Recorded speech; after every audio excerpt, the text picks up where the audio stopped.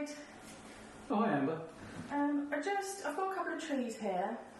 We've had a few recurring questions, and I just wondered if we could have a bit of a chat. Yeah, of course. Yeah. What have you got on? Have a look. Okay, yeah, calm owner. Yeah. Do you want to just stick them on the table here, and we can.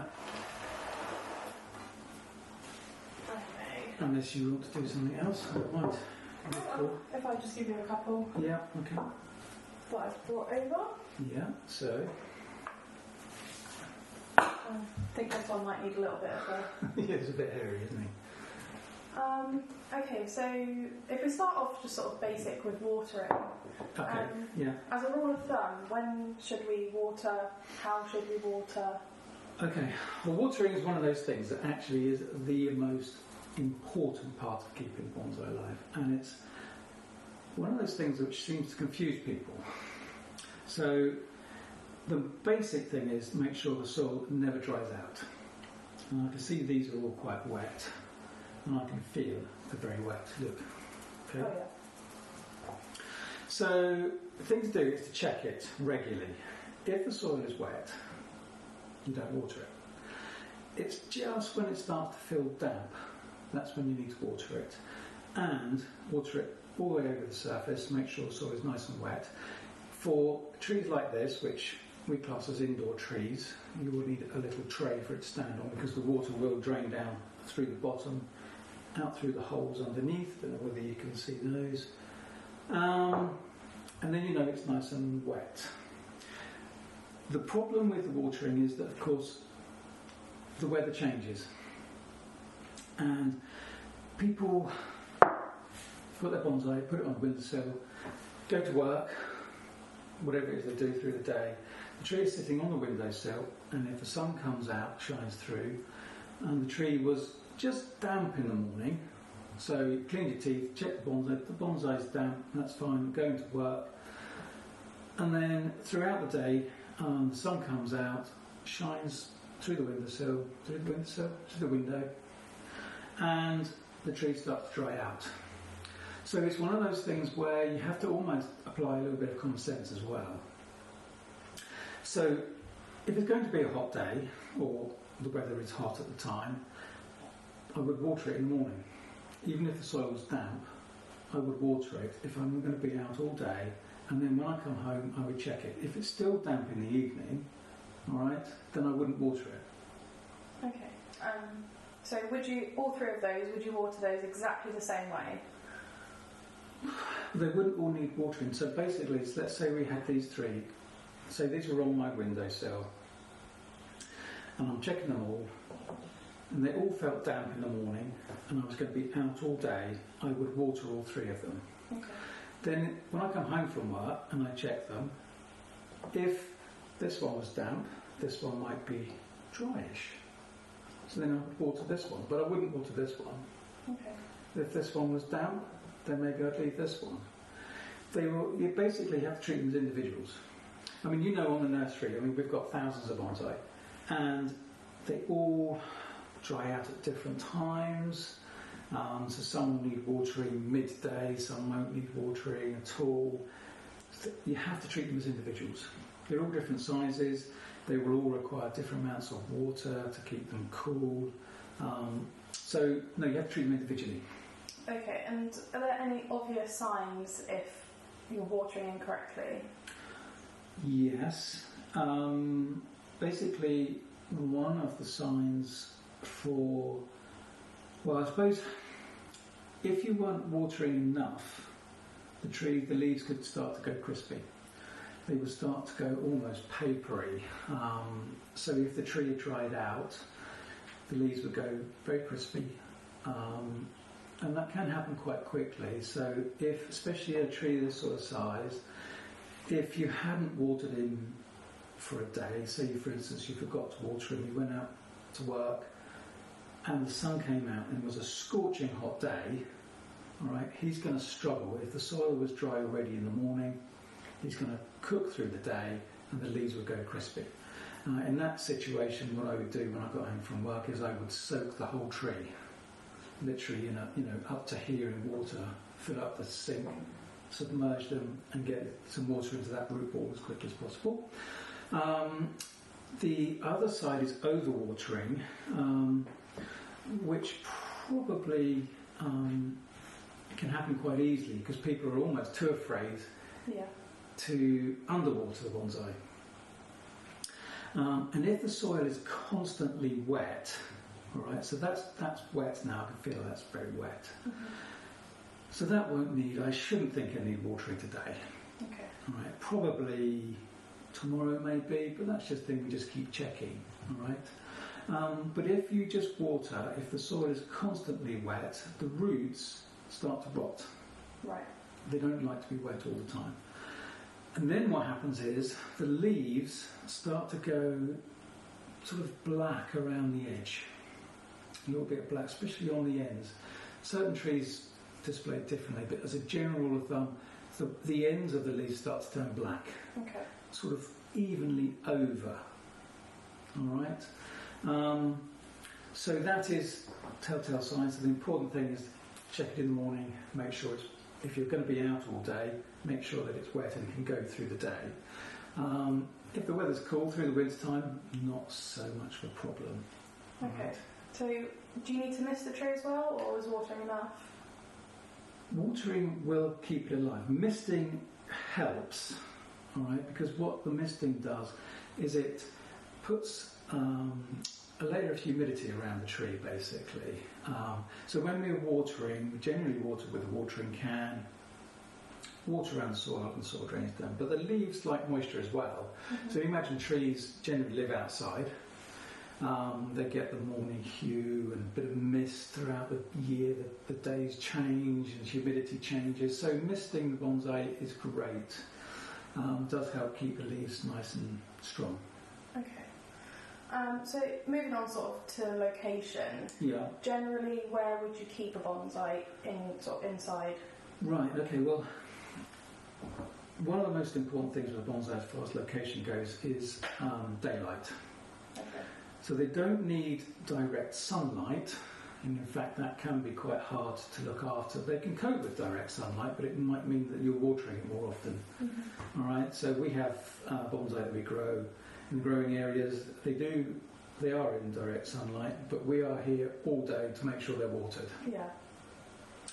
So the ideal situation, I suppose, for most people is to put it somewhere where it's got good daylight. Mm-hmm. A little bit of sunlight, maybe morning, late afternoon, that's fine, you know. But good daylight is essential. So a nice windowsill. Over the years I've been keeping bonsai, and I've had some indoors, some outdoors. I haven't had too much of a problem because I always keep an eye on it. Yeah. And I suppose if I found one was just getting a bit too hot throughout the year, they don't like to be moved around all the time, but you can sort of think, well, actually, coming into summertime now, the conservatory, or if you've got a big bay window or something, perhaps take him out and put it somewhere where it's a bit cooler. Okay, so if you had someone say that they're in a dark flat or something where they didn't get much daylight, yeah, could you get around that with sort of artificial lighting, grow lights? I have to be honest, I've never tried. Right. Okay, but people do use them, and I have heard of people, managing with artificial lights. Okay. There are lots of professional growers, horticulturists that do use, massive grow lights. So yes, it must work.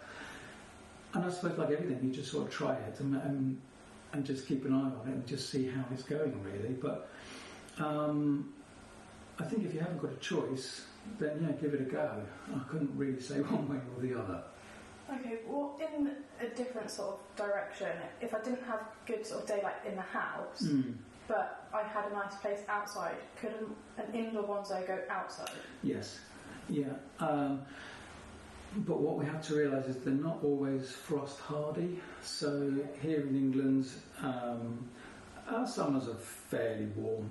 Nearly all of the trees that we class as indoor bonsai, Chinese elm, the Carmona, the Sagaritia, they'll all be fine outside. Okay. All right, but they would need some winter protection. most of them actually go down to quite low temperatures. We generally say keep them above 10 degrees centigrade. All right.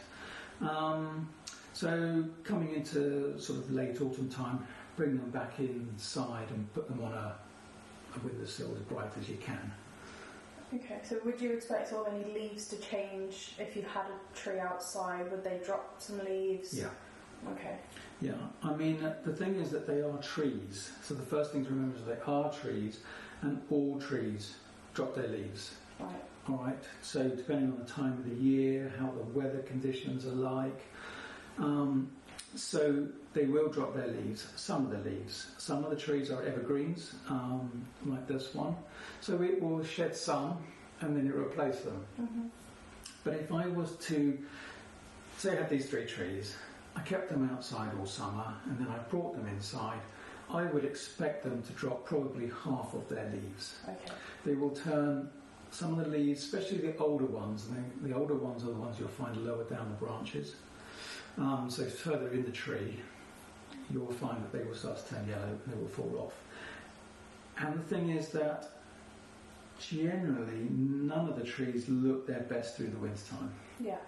All right, because it's winter. Yeah. There's not so much daylight around, it's colder, and they just sort of like think, well, okay, I'm just going to have a rest for the winter. Come spring, new leaves, new buds come out, new leaves, and everything looks bushy and wonderful again. So, yeah, they will change. Okay, so sort of sticking with location, where if you had some outdoor bonsai, okay, they probably differ sort of depending on the variety, but generally, where would you keep an outdoor bonsai? Right, outdoor bonsai. So this is an outdoor bonsai. It's maple. I've got a little outdoor one here actually. Okay, yeah, oh, he's cute. I wanted to move on later, but yeah. Just That's great. Yeah, it's lovely little baby oak. He's fab, isn't he? I do like oaks. Yeah. So location, basically, again, somewhere where it's not going to get too hot, unless you're there to look after it. So if it's out in a garden, direct sunlight. We are talking about locations, aren't we? Yeah. Yeah, okay. So somewhere, probably ideally, a little bit of a shady spot in the garden would be good. Okay. Somewhere where it's out of strong winds is ideal, because winds can dry out and dehydrate the leaves. Yeah. All right, cold wind in the winter time, not good. So what we're trying to do is create an environment where they're going to take an environment and a position that takes the worst of the weather out of it, if that makes sense. Yeah. So away from any strong winds, really cold spots in the winter, and any hot sunny spots in the summer. It doesn't have to be really anything amazing, but just somewhere a little bit sheltered. Okay. Does that help? Yeah. So sort of continuing on with that, will an outdoor tree lose all of its leaves? Depending on type tree. Okay. So oak, deciduous tree, during the winter time, all those drop off. Okay. So through the autumn time, just like, go for a walk through the park or through the woods or something like that. Seasonal changes. Oaks, for instance, they go a lovely sort of yellowy orangey colour, and then all the leaves fall off, and then they're bare for the winter. Maples change colour. We've got a silver birch over here as well. We've got big oak over there as well. So yes, so that's where sort of knowing your trees really. Yeah. So trees like pines and junipers, plants like that, they're evergreen. They will still lose some leaves, but generally they're green all year round. Okay. If my indoor tree suddenly started to lose a lot of its leaves, is that an indication that something's wrong? Or is that normal? It could be both. It could be that there's something wrong, and it is also normal. So again, seasonal change. Okay, so as, let's say right now we're in the middle of summer, everything's nice and green and bushy and it's growing nicely. Okay, so these are all pretty good. These are all nice and healthy. Got some nice new growth. So as we were coming into winter time, the light level drops. Yeah. Right. And what trees want to do, they want to just sort of rest through the winter time. So they would generally go, some of the older leaves especially will go yellow and will fall off. Okay. All right, so again, I think probably I wouldn't be alarmed if it was 50% of the leaves changed and fell. Now, that should be fairly even.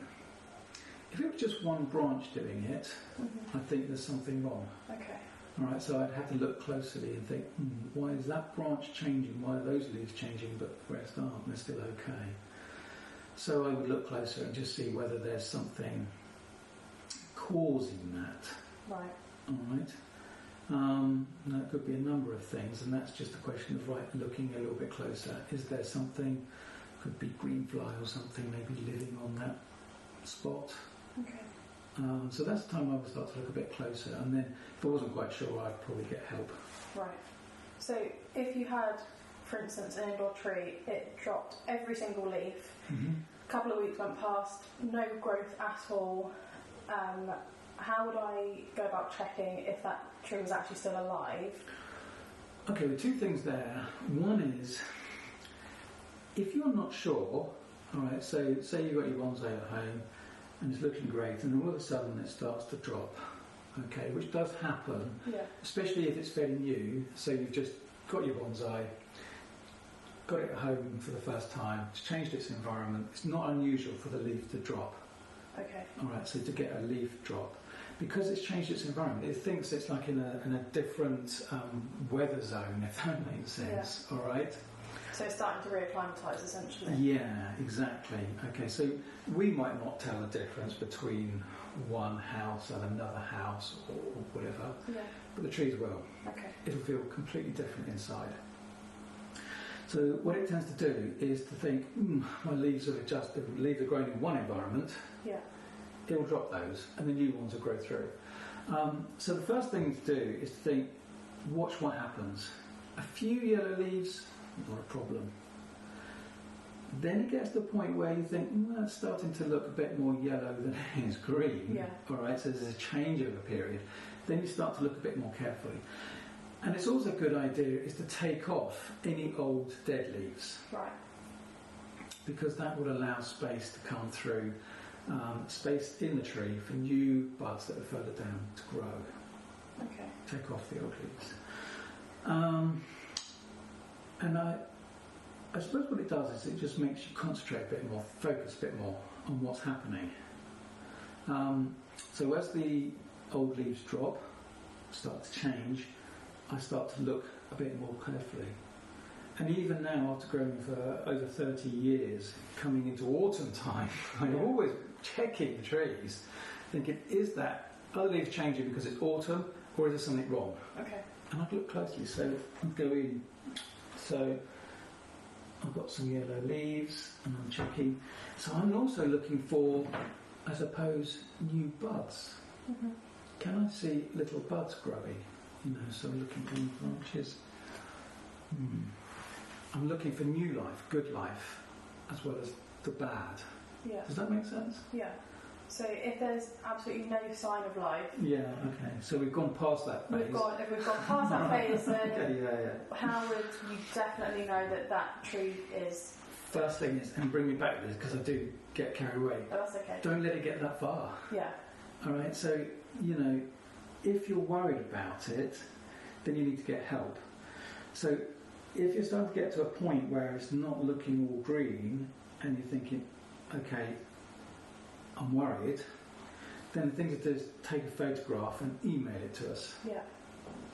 All right, because chances are we can help out before it gets too far. Right. So if we've gone past that stage, right, and we haven't got help and it's still going, and we are concerned whether it's actually still alive, then what we can do is take a sharp knife, I've got a pair of scissors here, and you just make a little nick in the bark. Okay. All right. Now, bit of tree anatomy. We've got the bark. Yeah. Just underneath the bark is a very thin layer called the cambium layer.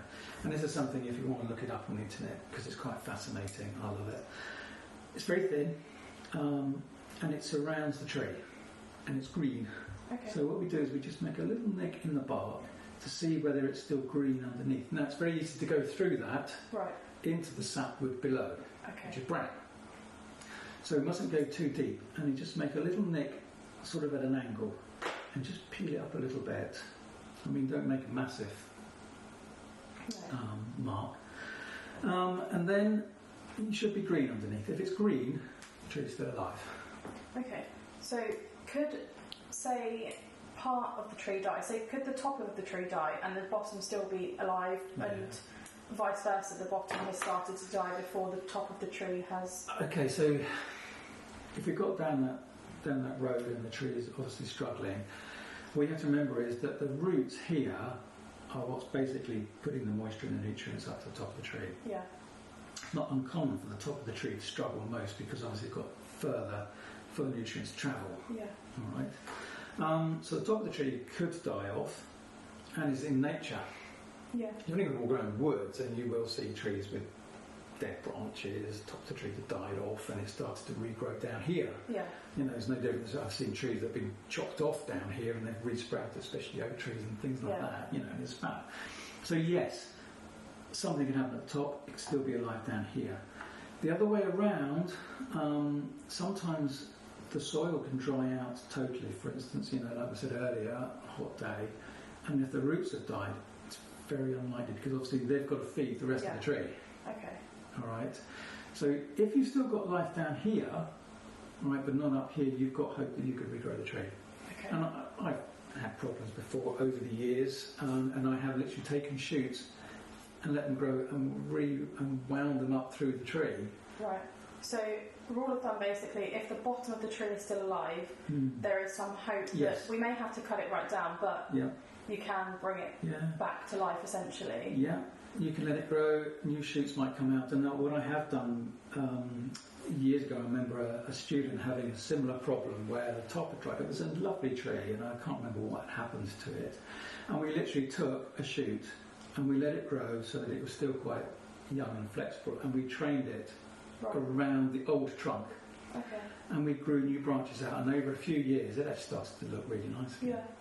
So can I assume that if the entire tree is brown, that layer is brown, that there is no hope in saving that tree? No, unfortunately not. No. Okay, so if the tree is still alive, but I know that there is no regrowth just on a couple of branches or on a branch, I've checked the layer underneath that branch and that branch has died.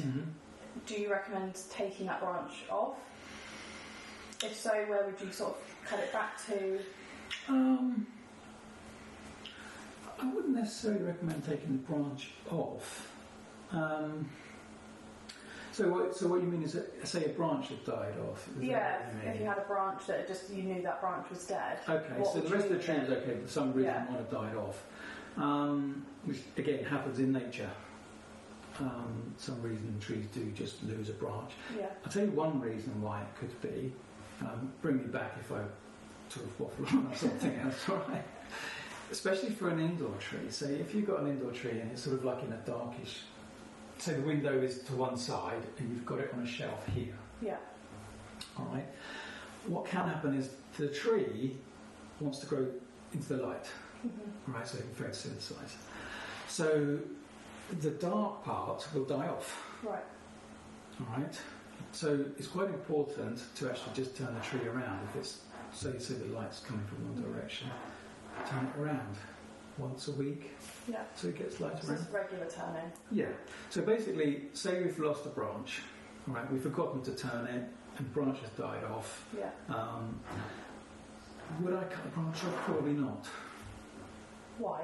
What is the purpose of keeping a dead branch? Is it not going to just sort of slow the growth down everywhere else, or?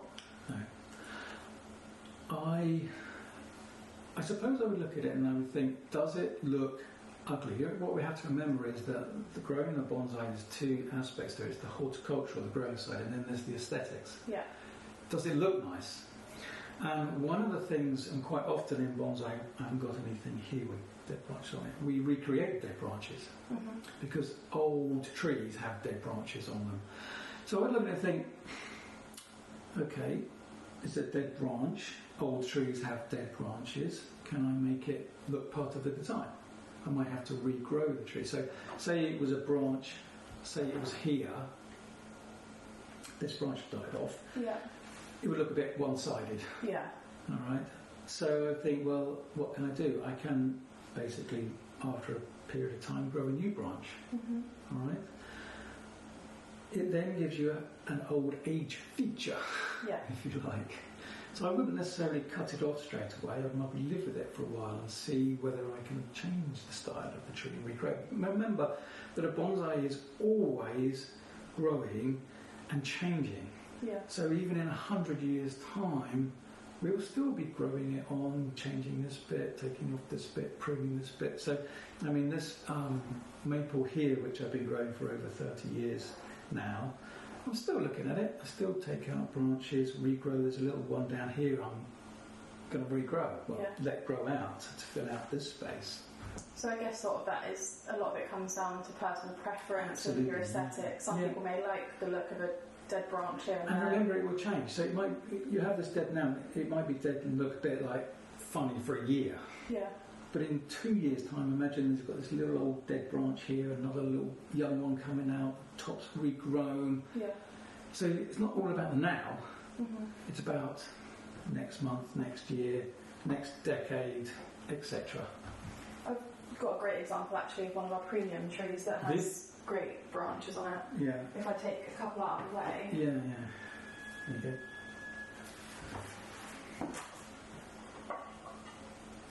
Oh, he's lovely, isn't he? Great branch placement, that one. I love that one. Yeah, that's great. Yeah. So just to sort of move on a little bit away from leaves and branches. Okay. What is the best soil that we could use for a bonsai? Okay. Or what is a good all-round soil for the general day-to-day person who just wants to keep their bonsai healthy? And what would you say is the best soil that we could use? What you need is a soil that is easy to care for. Now, that sounds a bit strange, but if you're talking about something that's just, so, say for instance you've got someone got this little bonsai and they want to keep it nice and healthy, what you need is a soil that retains some moisture, doesn't dry out too quickly, and is easy to keep moist and is easy to care for, easy to look after. So there are some soils that we use which are very free draining.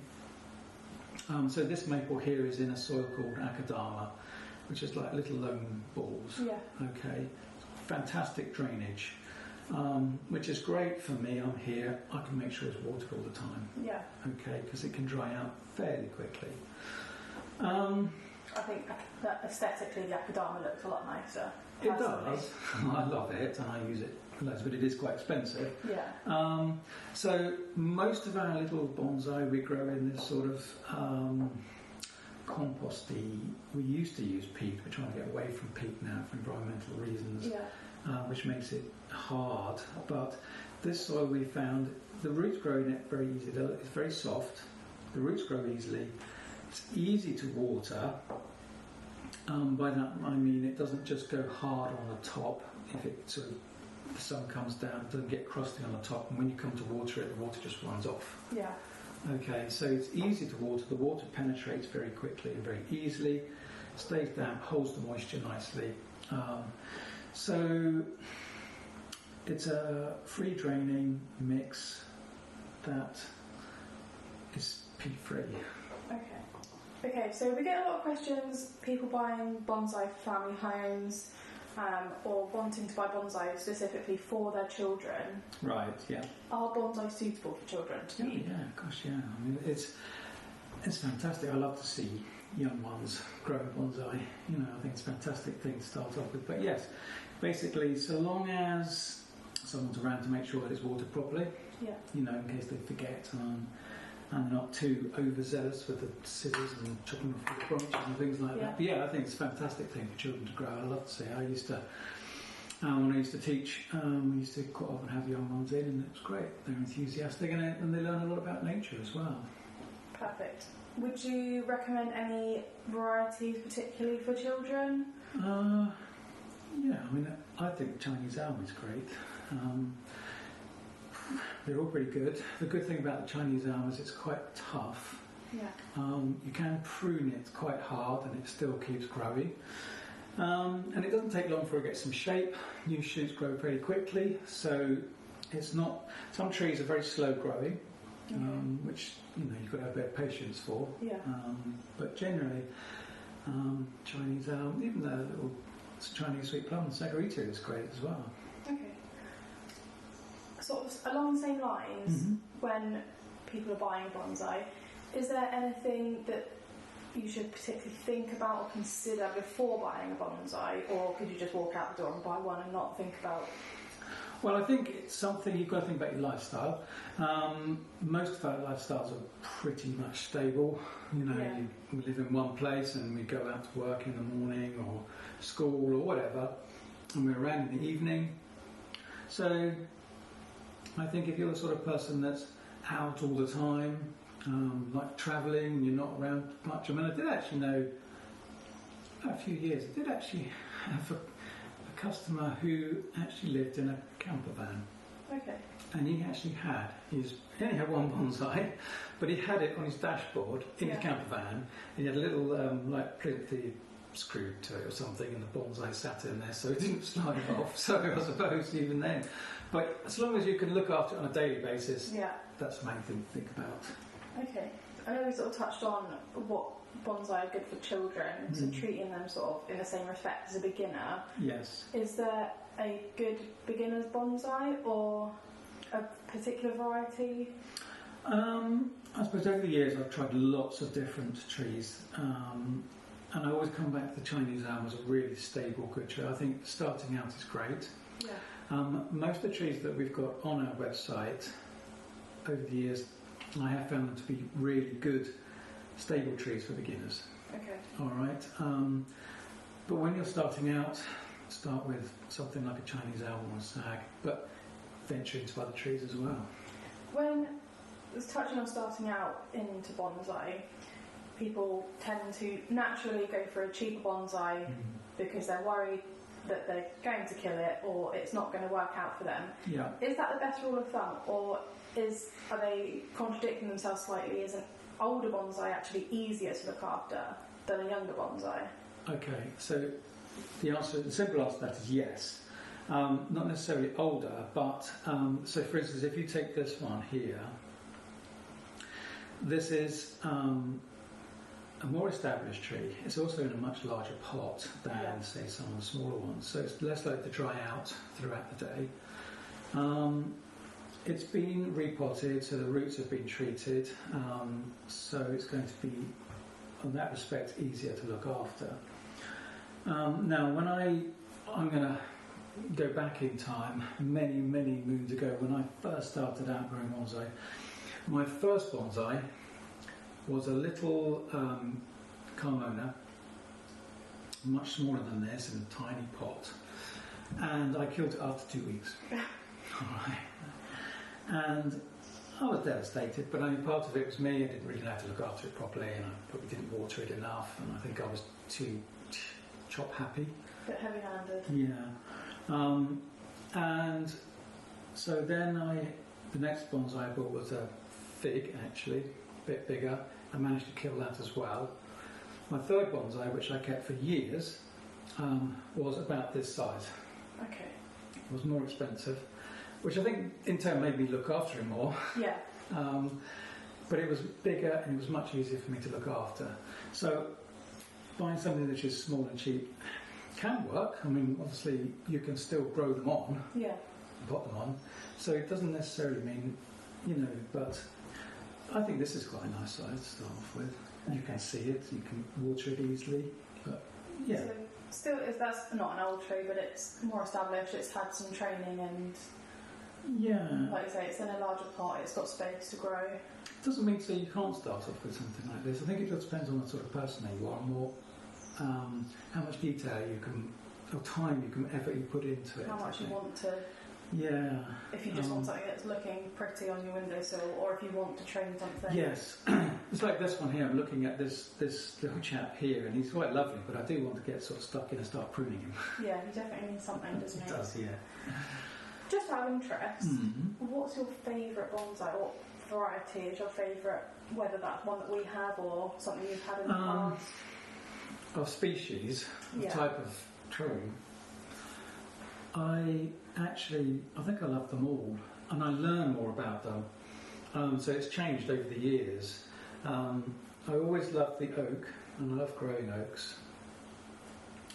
But I think I love all types of trees actually, and they all have something different. They're all so different, aren't they? Whether it's the leaves, the bark, the way the twigs grow, I don't know, they all have some beauty about them.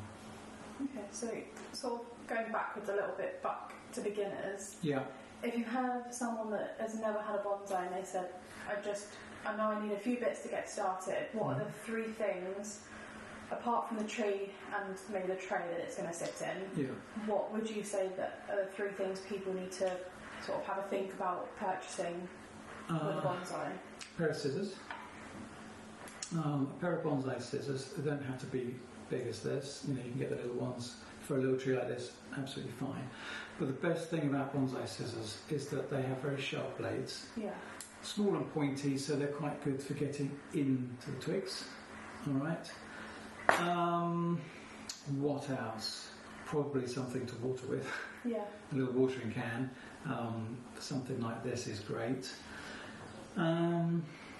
What else when I say was essential?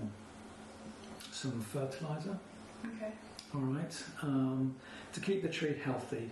So, some scissors are good for styling and just making sure that it's not going to get too big. But yes, a watering can, small watering can, some bonsai fertiliser. Because the most important thing is keeping the tree healthy. Okay.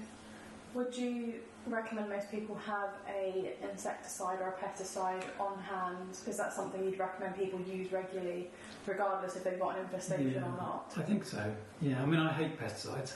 Which is like, I don't like chemicals. I try to avoid chemicals, but sometimes you have to, especially when we're selling trees. They have to be clean. Yeah. But I do think it's a good idea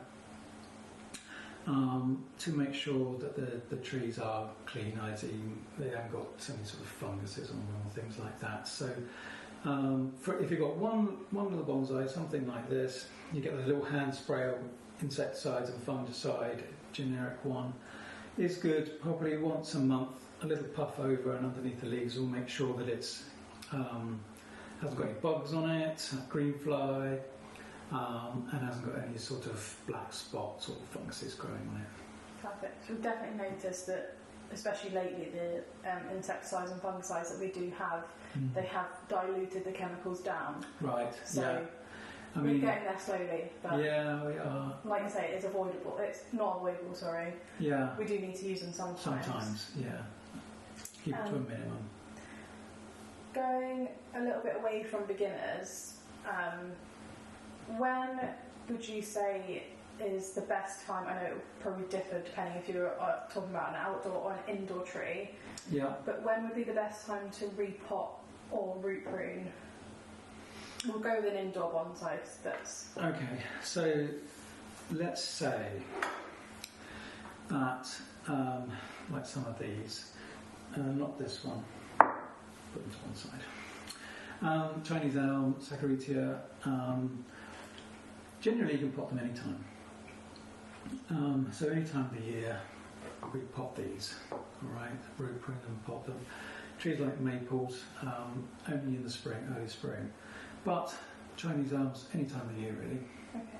Is there any time of year with any particular variety you want to, especially indoor, that you want to really stay away from root pruning them? Not that I can think of. I mean, most of the Carmona, the Saccharetia, the elm, most of them are fine all year round. Because I suppose because if we're keeping them inside, they're in a more stable climate.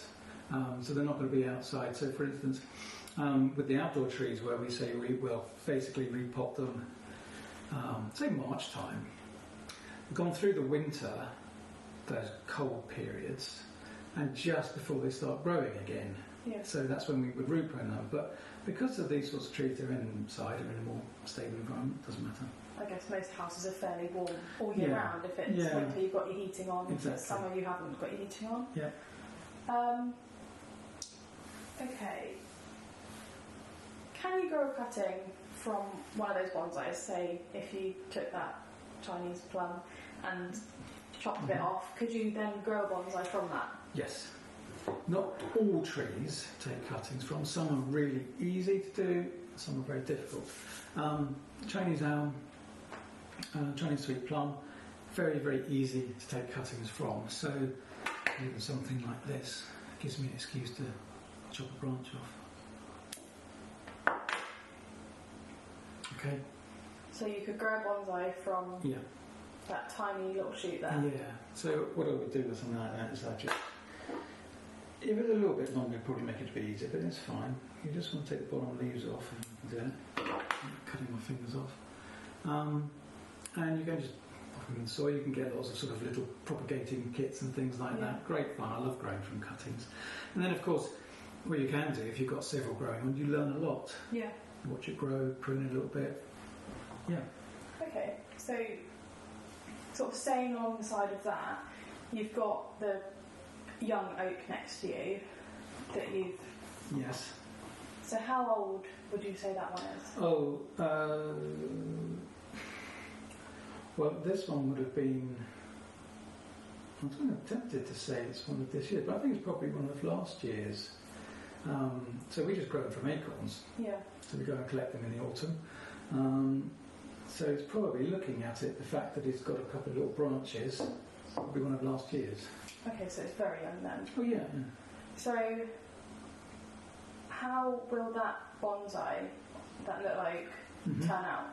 Will that just keep growing and growing and growing, or will it stop at a certain point? Okay, that's down to us really. So let's pretend, alright, let's put these... Do you want me to take these away? Yeah, I'll put those and then we can just... what's there? We can move on to outdoor a little bit. So growing from an acorn, if it was in the ground, obviously, it would just keep going bigger and bigger. Because it's in a small pot, you'll get to the point where the growth will slow down. Okay. Alright? So if it was in here for sort of 3 or 5 years, the pot will be filled up with roots. It's not going to grow very well. But generally what we do is we pop them on. So I might get a little bit of shape. So here's lovely, he's already got a little trunk line. I'll do a bit of pruning, grow some branches out. So do you want me to show you one that I started a while ago? Okay, great. And just bear with me, it's quite heavy. If I put that one there, I'll bring this one over. I've already been earlier to start pruning it. Okay, so let's make some space. Down there. So, this one is, I'm going to say about 30 years now. So, this was from an acorn I collected about 30 years ago. Alright, how old are you? 25. Okay. So that tree is older than me. Yeah.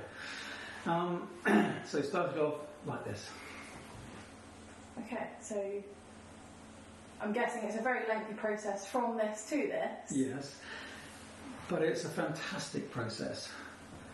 So it's one of those things that the 30 years, I don't even remember it being that long, to be quite honest. And the amazing thing is that when you think 30 years, to us it's quite a long time. To the tree it's nothing. It's still a baby. Yeah. So in another 30 years, I'm 56, that will make me, 86? Yeah. Scary. So, and in another 100 years, 200 years, hopefully still going strong. So when I'm growing an oak, I like this size. So we've got these leaves down now, mostly, I mean, we're still getting down a little bit smaller, but I can get them down to about sort of, what's that, 25 mil, an inch.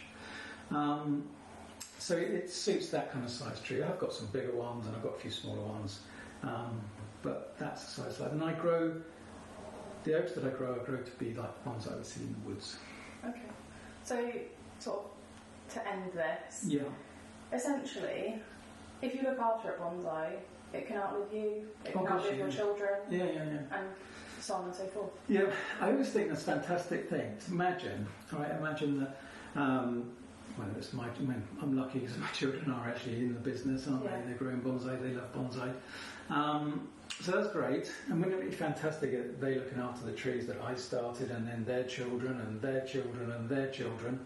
And there are bonsai around in the world where they have been handed down through generations. Perfect. I think that's amazing. So one day someone might say, oh, my great-great-granddad was bonkers. grew this, yeah.